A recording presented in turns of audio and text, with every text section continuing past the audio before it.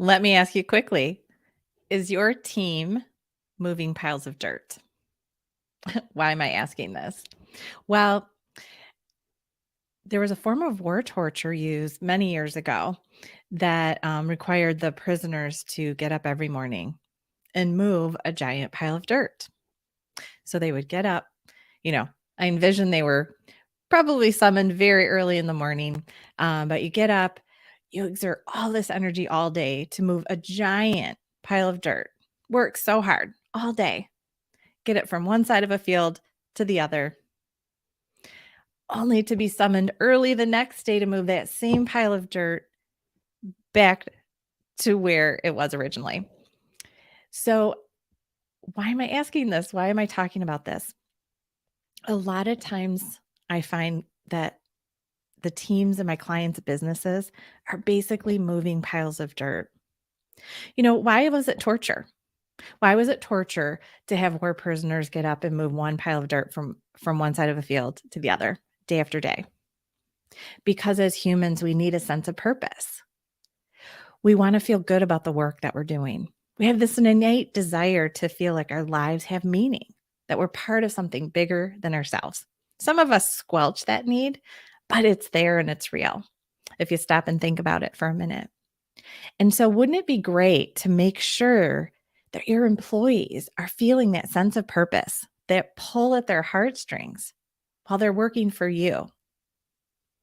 They have many opportunities to do that.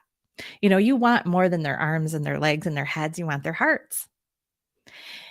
A lot of times, the little simple tweak, the things that's missing, is helping them realize the part that they play in creating the outcomes that your business does. So whether you're a nonprofit or in healthcare, regardless of what you're doing, the people that you're serving, there's some kind of outcome that you're creating. You might have a mission or a vision and some binder getting dusty. And at one point, maybe you as a leader put a lot of thought into how you were going to craft the words that would describe what you do. Well, is it in a binder still or just in a frame somewhere in a back hallway? Or is it alive and well inside the hearts of your employees? So I encourage you to think about, what is it that you're helping to make happen? What's the impact that you're making in the world? And what is the important difference that each employee is making through the work that they're doing? I first thought about this concept way back. I was new in human resources. I was working for a small community hospital. And there was a housekeeper who was always in a really good mood. And if you stop to envision the work that she was doing every day, you had to stop and wonder, how did she stay so high energy, so happy, so positive? So one day I asked her, I said, how do you do it? I know your job is so difficult. And she said, well, when I encounter particularly bad mess, I stop and think about that person. And I think about how bad they're feeling. And I know that in some small way, I'm helping them feel better. So what she was doing was attaching her work, her tasks, that some people might look at and think that's not important, but she was attaching it to the bigger mission, the bigger outcome, making it personal, making it human. And so while mopping a floor or emptying a garbage can might not readily seem like something that's important to help someone feel better, that's what she attached her work to. That's what helped her have energy all day and move with tenacity from one tough job to the next. So I encourage you, she did this on her own, and it made a difference in the work that she did. And I encourage you to help each of your employees do the same. So one, if you're a business owner or leader and you've kind of forgotten why you're there doing what you're doing, stop and think about it. If you've been doing the work that you're doing now for a really long time, sometimes we forget the hurdles we overcame to step into our profession or the vision that we had for the big outcomes we wanted to make in the world. I think way back when I was in college, working towards being a human resource professional and my first job being in healthcare, I was able to attach my work. I did this. My pie in the sky dream initially was, people spend so much time at work. If I can make their work life better, I can help to make their life better. Then when I started my HR career working in healthcare, I felt also that same attachment. I was far removed from taking care of patients, but if I could make sure that we had great team members who were excited and passionate about the work that they were doing, I could help impact their health as well. So I was doing that without kind of thinking about it. But this housekeeper really brought it to my attention.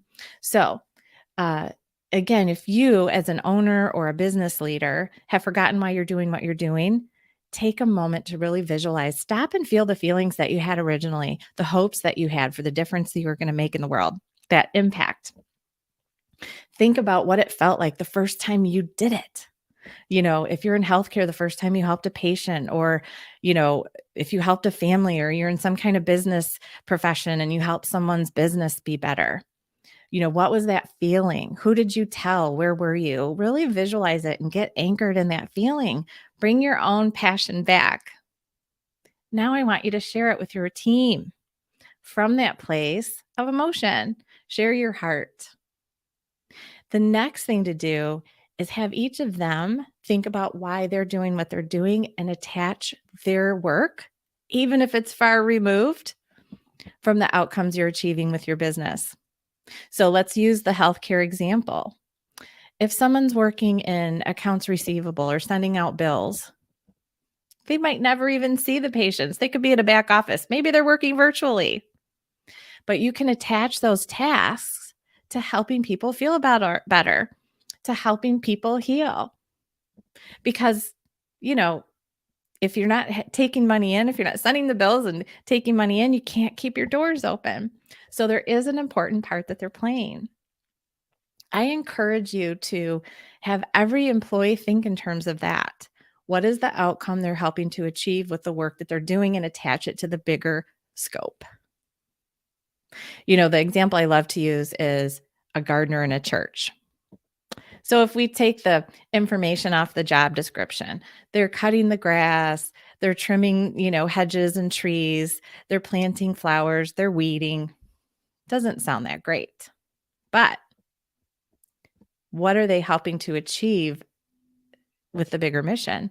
They're creating a beautiful, welcoming environment for people to come and experience God. And so have each employee, I call it a mission-centered job statement. So this isn't one of the legalese kinds of things. It's not long, but have each employee think about how their work impacts the ultimate outcome for your business. So someone who's working a front desk in a healthcare setting, I create a welcoming environment for people to be healed or for people to feel better. They're not just answering the phones and helping people schedule appointments. So when we do that, it elevates even the smallest tasks. Well, I'll call them seemingly smallest tasks. It elevates them, and each person, it feels more important that the job gets done well. Like I said, we want to create an environment where people are there, not just for a paycheck, but because of the difference that they're making. This is a time especially where people want to feel that sense of purpose. So it's so important even for, you want that engaged team. You want them taking discretionary effort. You want them to have tenacity. You want them to stay. So help each person see the part that they play. Make sure that no one in your organization, unless they're working outside and actually moving piles of dirt, is moving piles of dirt. Make sure that everyone understands that even the seemingly smallest tasks that feel so unimportant are actually very important and part of the bigger mission for your organization. This is an important part of leading in a way that helps you make your bigger, bolder impact. So thanks for listening. I'm Kirsten Ross Vogel. I defeat drama so you can 4x your productivity, wow your customers, and improve your bottom line. If I can help you with any of that, reach out, grab a spot on my calendar. It's super simple. Just go to defeatthedrama.com/book call. Also, throw some comments. If you watch this and you got any value, let me know or send me a message. Love to hear from you.